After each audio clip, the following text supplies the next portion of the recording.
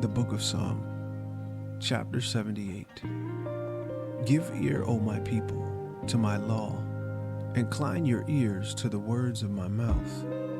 I will open my mouth in a parable. I will utter dark sayings of old, which we have heard and known, and our fathers have told us. We will not hide them from their children, showing to the generations to come the praises of Yahweh, and his strength, and his wonderful works that he has done. For he established a testimony in Jacob, and appointed a law in Israel, which he commanded our fathers, that they should make them known to their children, that the generations to come might know them, even the children which should be born, who shall arise and declare them to their children, that they may set their hope in Elohim, and not forget the works of Elohim, but keep his commandments, and might not be as their fathers, a stubborn and rebellious generation, a generation that set not their hearts aright, and whose spirit was not steadfast with Elohim. The children of Ephraim, being armed and carrying bows, turned back in the day of battle. They kept not the covenant of Elohim, and refused to walk in his law, and forgot his works, and his wonders that he had shown them. Marvelous things did he in the sight of their fathers, in the land of Egypt, in the field of Zoan. He divided the sea, and caused them to pass through, and he made the waters to stand as an heap. In the daytime also he led them with a cloud, and all the night with a light of fire. He clave the rocks in the wilderness, and gave them drink out of the great depth. He brought streams also out of the rock, and caused water to run down like rivers. They sinned yet more against him, by provoking the Most High in the wilderness. And they tempted Elohim in their heart, asking meat for their lust. Yea, they speak against Elohim. They say, can Elohim furnish a table in the wilderness? Behold, he smote the rock, that the waters gushed out, and the streams overflowed. Can he give bread also? Can he provide flesh for his people? Therefore, Yahweh heard this, and was wroth. So a fire was kindled against Jacob, and anger also came up against Israel, because they believed not in Elohim, and trusted not in his salvation, though he had commanded the clouds from above, and opened the doors of heaven, and had rained down manna upon them to eat. And he gave them of the corn of heaven. Man did eat angels' food.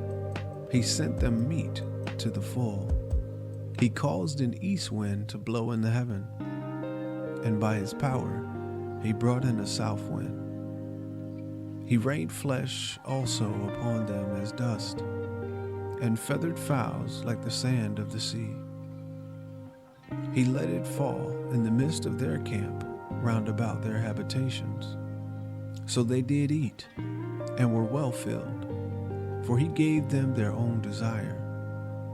They were not estranged from their lust, but while their meat was yet in their mouths, the wrath of Elohim came upon them, and slew the fattest of them, and smote down the chosen men of Israel. For all this they sinned still, and believed not for his wondrous works. Therefore their days did he consume in vanity, and their years in trouble. When he slew them, then they sought him. And they returned and inquired early after Elohim. And they remembered that Elohim was their rock, and the high Elohim their Redeemer. Nevertheless, they did flatter him with their mouth, and they lied unto him with their tongues. For their heart was not right with him, neither were they steadfast in his covenant. But he, being full of compassion, forgave their iniquity, and destroyed them not. Yea, many a times turned he his anger away, and did not stir up all his wrath. For he remembered that they were but flesh, a wind that passeth away, and cometh not again. How often did they provoke him in the wilderness, and grieve him in the desert? Yea, they turned back and tempted Elohim, and limited the Holy One of Israel. They remembered not his hand, nor the day when he delivered them from the enemy. How he had wrought his signs in Egypt, and his wonders in the field of Zoan. He had turned their rivers into blood, and their floods that they could not drink. He sent divers sorts of flies among them, which devoured them, and frogs which destroyed them. He gave also their increase unto the caterpillar, and their labor unto the locust. He destroyed their vines with hail, and their sycamore trees with frost. He gave up their cattle also to the hail, and their flocks to hot thunderbolts. He cast upon them the fierceness of his anger, wrath, and indignation and trouble, by sending evil angels among them. He made a way to his anger, and he spared not their souls from death, but gave their life over to the pestilence. And he smote all the firstborn in Egypt, the chief of their strength in the tabernacles of Ham, but made his own people to go forth like sheep, and guided them in the wilderness like a flock. He led them on safely, so that they feared not, but the sea overwhelmed their enemies. He brought them to the border of his sanctuary, even to this mountain, which his right hand had purchased. He cast out the heathen also before them, and divided them an inheritance by line, and made the tribes of Israel to dwell in their tents. Yet they tempted and provoked the Most High Elohim, and kept not his testimonies, but turned back, and dealt unfaithfully like their fathers. They were turned aside like a deceitful bow, and they provoked him to anger with their high places, and moved him to jealousy with their graven images.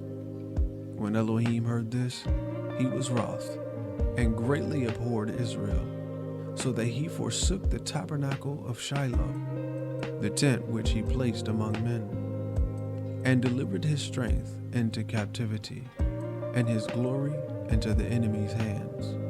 He gave his people over also unto the sword, and was wroth with his inheritance. The fire consumed their young men, and their maidens were not given to marriage. Their priests fell by the sword, and their widows made no lamentation. Then Yahweh awakened as one out of a sleep, and like a mighty man that shouteth by reason of wine. He smote his enemies in the hinder parts. He put them to a perpetual reproach. Moreover, he refused the tabernacle of Joseph, and chose not the tribe of Ephraim, but chose the tribe of Judah, the Mount Zion which he loved. And he built his sanctuary like high palaces, like the earth which he has established forever. He chose David also his servant, and took him from the sheepfold.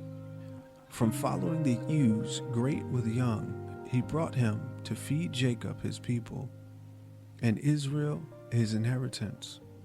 So he fed them according to the integrity of his heart, and guided them by the skillfulness of his hands.